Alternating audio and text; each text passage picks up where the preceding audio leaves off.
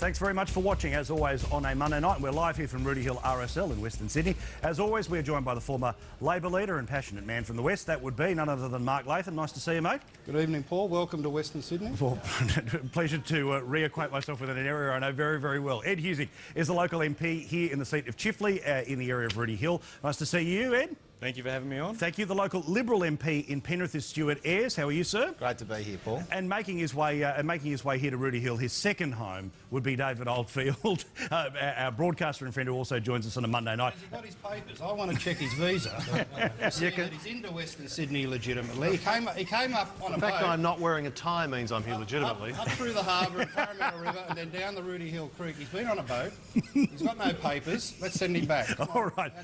See, Can't I have the accommodation and the handout instead? Yeah, this is it. All right, we've got plenty to do here. Hopefully you're going to hear some noise in the background because unlike the joint over that we pay for a few stations down, we've got a real audience that might fire up. You'll hear from them a little bit later in the evening. Hello. All right, now, first things first, here we are. The Prime Minister, okay, the whole reason we're here in Rooty Hill is because she's here, she's made quite a virtue of Western Sydney. Now, jokes and BS aside, Mark, I thought you wrote a really interesting piece in the Fin Review on Saturday about the stuff that really matters, about the stuff that truly in this part of Australia, and obviously, while we're in Western Sydney, I think this is code for suburban Australia. Well, I've lived here for nearly 50 years and I've never seen Western Sydney in such good nick.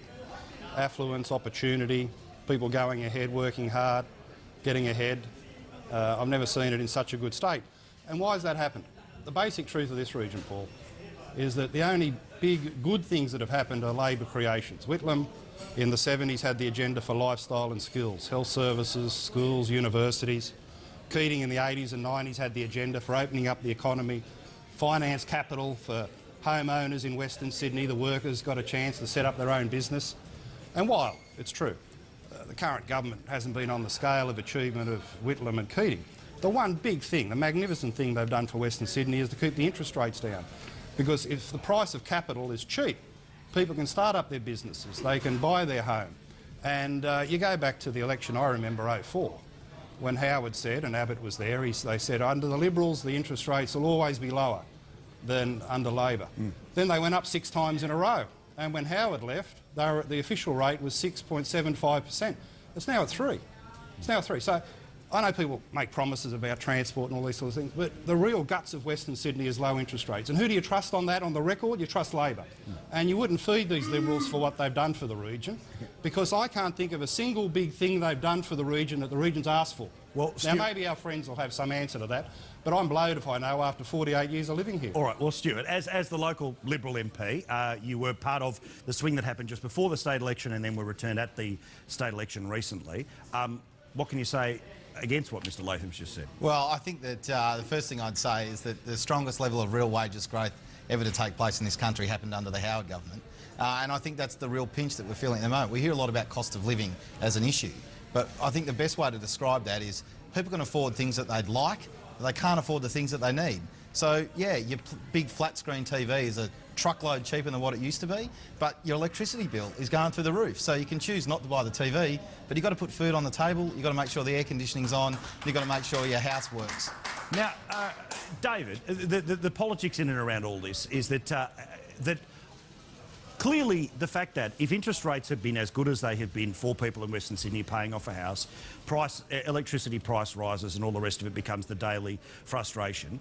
Opinion polls and raw politics, you know that this is an area that should be, this sort of an area should be a firewall for the Prime Minister. Instead, she needs to camp out and pretend to be one of the locals for a week. Well, pretend, I think, is the key word, isn't it? I mean, you said it in your introduction. The sort of like, really almost, I can't say Queen because she's a Republican, but you know what I mean, this sort of royal entrance in a place where you would be expecting the Prime Minister to be absolutely humble and with the people, because that was the whole prospect of being out here, and it certainly didn't look like that from what we saw of what you had to say and that, you know, footage that you had yourself. But look, cost of living pressures. Now, Stuart's right where that's concerned, absolutely. But to pretend that people are better off now than they, quite frankly, were 20 or 30 years ago, as Mark is, I mean, everybody knows everything costs more today. People don't have the same sort of level of spare cash that they had. And is Mark seriously suggesting that when the Liberals win on September the 14th, which will happen if no other factors change, currently as they stand, if that happens on September 14th, is he suggesting that interest rates are going to go up?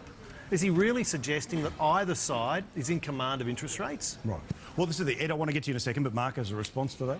Well, if Andrew Robb spends that $30 billion on 100 dams in northern Australia and shows the sort of fiscal skill that we've seen as Finance Minister, the $70 billion black hole from the Liberals, then of course interest rate pressure will be upwards.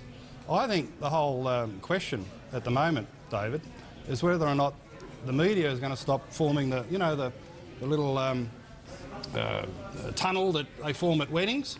When you go out the front of the church and they form a tunnel or you leave the reception. Well, most of the media in Australia at the moment are forming the tunnel for Tony Abbott and his mates to run through into government. And they've got to be more than a cheer squad. They've got to apply the scrutiny to crazy, wacky policies like the dams plan, the myth, mirage of northern development, which has never worked, the $70 billion black hole, the funds they're knocking off that were highlighted today, families $2,500 worse off. The scrutiny's got to come on to what looks like the next Australian government. And that's the false atmosphere that we're in at the moment. Okay, just in case people didn't hear that, somebody's yelled out about the debt. Well, the big thing for Western Sydney is to keep interest rates low, and they've never been lower than they are under Labor. The point about living standards that David and maybe the Joker up the back want to hear is that NatSem last year produced a report. Don't forget about all the rhetoric and things you read in the Daily Telegraph. NatSem, the National Economic Modelling outfit, last year produced a report showing that there's been a substantial increase in real disposable income in this country over the last 27 years. Why is that? We've been through the longest economic boom. People I grew up with who lived in fibro houses are living in double-storey affluence. People who had little chance in life other than working in a factory have got an education, are setting up businesses and getting ahead. All the statistics show that the economic boom has produced affluence, and the big beneficiary of that, God bless them, has been the people in Western Sydney. Right, remember, as always, keen to know what you think, the hashtag PMLive, email pmlive@skynews.com.au. Ed Husic, you've been very polite, very quiet for a long time. For a poly, this is your turf, you've been very polite to this point. Mark Latham can make the point, seemingly better than the current Prime Minister can, about why, in this election, people should return this government. Why can Mark Latham make that point, but the Prime Minister can't? Mark's always been good at making points like that, and I think it's important to be able to have the two sides of the story, which in some cases have been... Hang on. In some cases, basically, you don't have that. And so from my perspective as well, having grown up in this area too and seeing the type of things that need to be done, particularly the biggest thing that needs to happen and the thing that people want to see best occur is in terms of education. I mean, we've been bedeviled by high unemployment. We've had situations where people have left school earlier, and we've needed to ensure that some of the schools in this area get more resources, not less.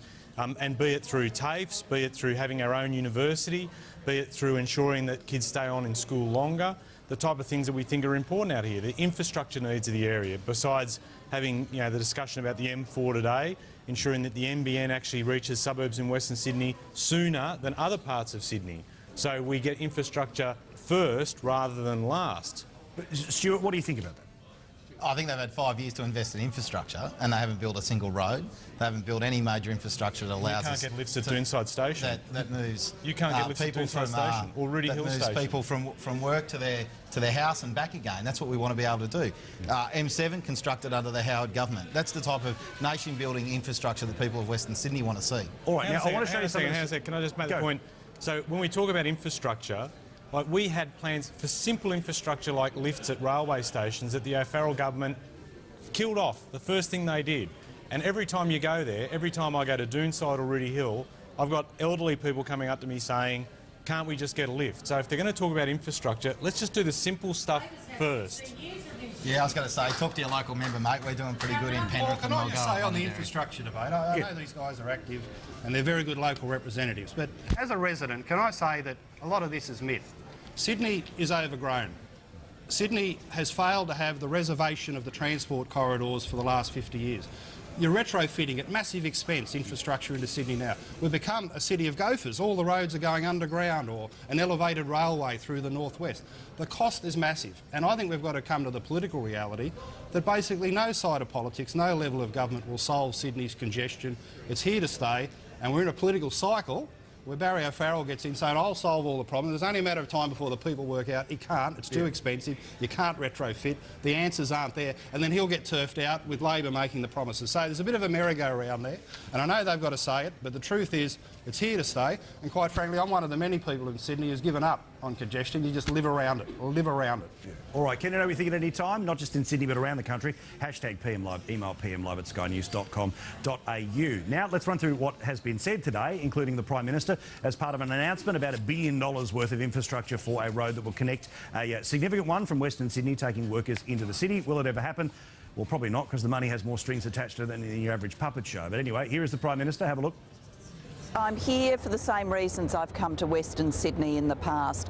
This is a big region, home to 1.6 million people, 120,000 businesses. If you carved it out, it would have the third biggest economy in Australia. And just like when I've come in the past, it's an opportunity to immerse yourself, to get to say hello to people, see what's on their minds, and also talk to them about what the government is doing in this region and around the country to build their future. OK, also worth having a look at Tony Abbott, who also spent a bit of time in Western Sydney as well this morning, doing the rounds of the car park here at Rooty Hill, where there were an awful lot of TV cameras this morning. Have a look. Well, it's business as usual for me.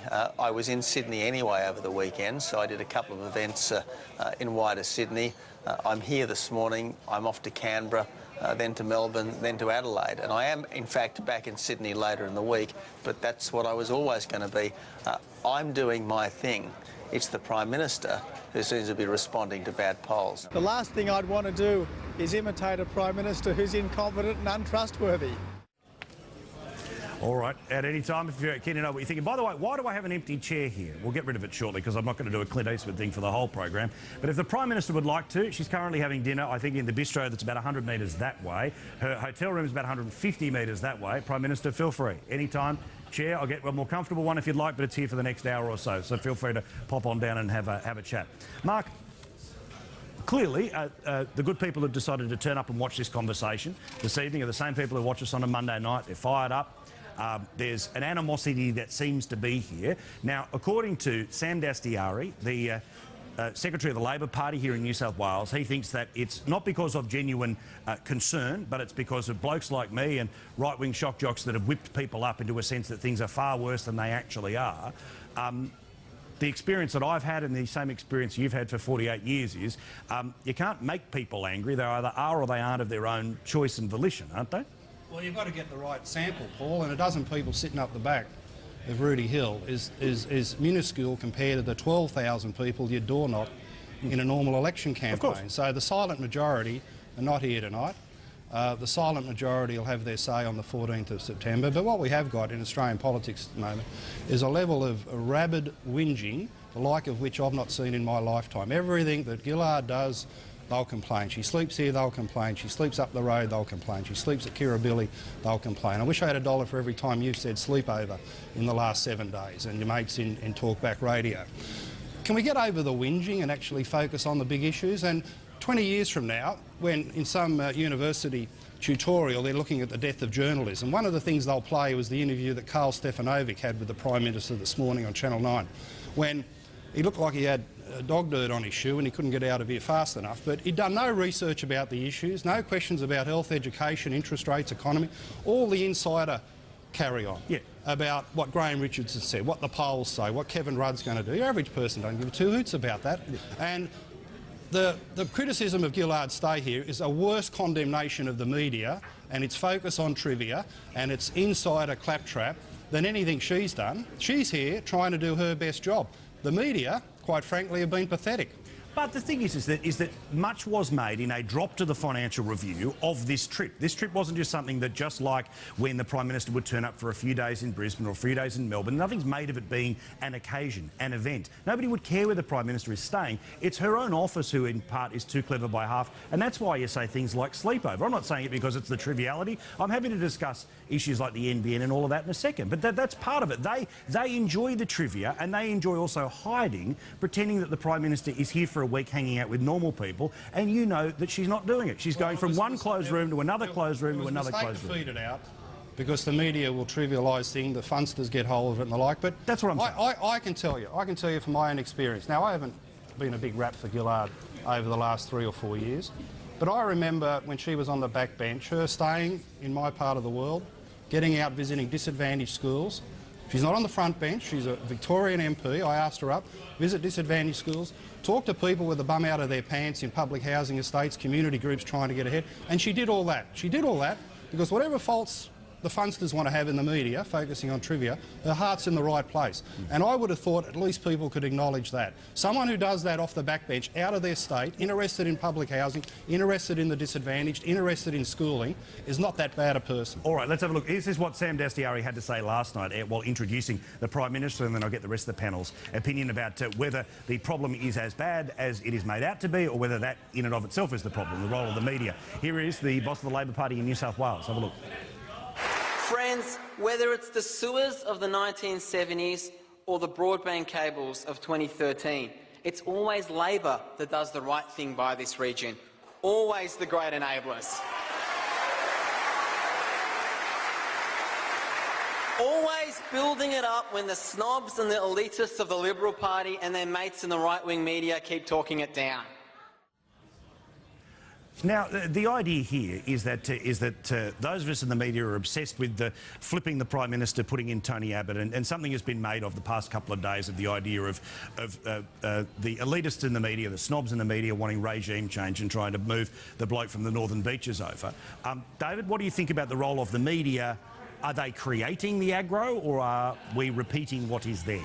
Well, look, firstly, Tony Abbott lives in suburban Frenchs Forest. I really don't see that as being a particularly elite suburb. It's a nice place. It's no more fantastic than most of Sydney, and not as good as a lot, quite frankly. No offence to anyone living in Frenchs Forest. I live very close to there myself.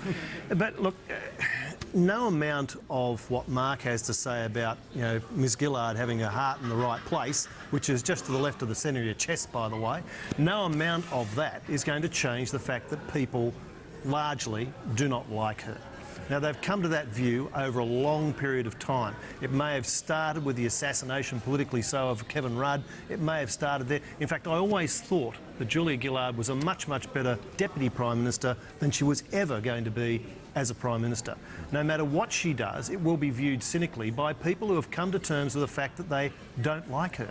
And I don't think there's any getting away from that at this late stage. She's got, what, 6 months, bit over 6 months, and the election that she's already called is going to take place. She's not going to be able to really turn that around terribly much. We'll probably see, I mean, somewhere down the line, maybe Julia will rescue a child from in front of a truck or something. But, I mean, apart from anything phenomenal suddenly occurring that is going to make her appear to be compassionate, warm, loving, caring, everyone knows she's articulate. Everyone reasonable would understand that she's intelligent. But she's seen as cold and, quite frankly, incompetent when it comes to running the government. All right, Ed, what about that factor, that media factor? We've spent... the whole purpose of having the Prime Minister and ministers out here is so that we can start or be able to have the ability to focus on issues that are important to us in our local area. And we've spent the bulk of the time so far, tonight, talking about process issues.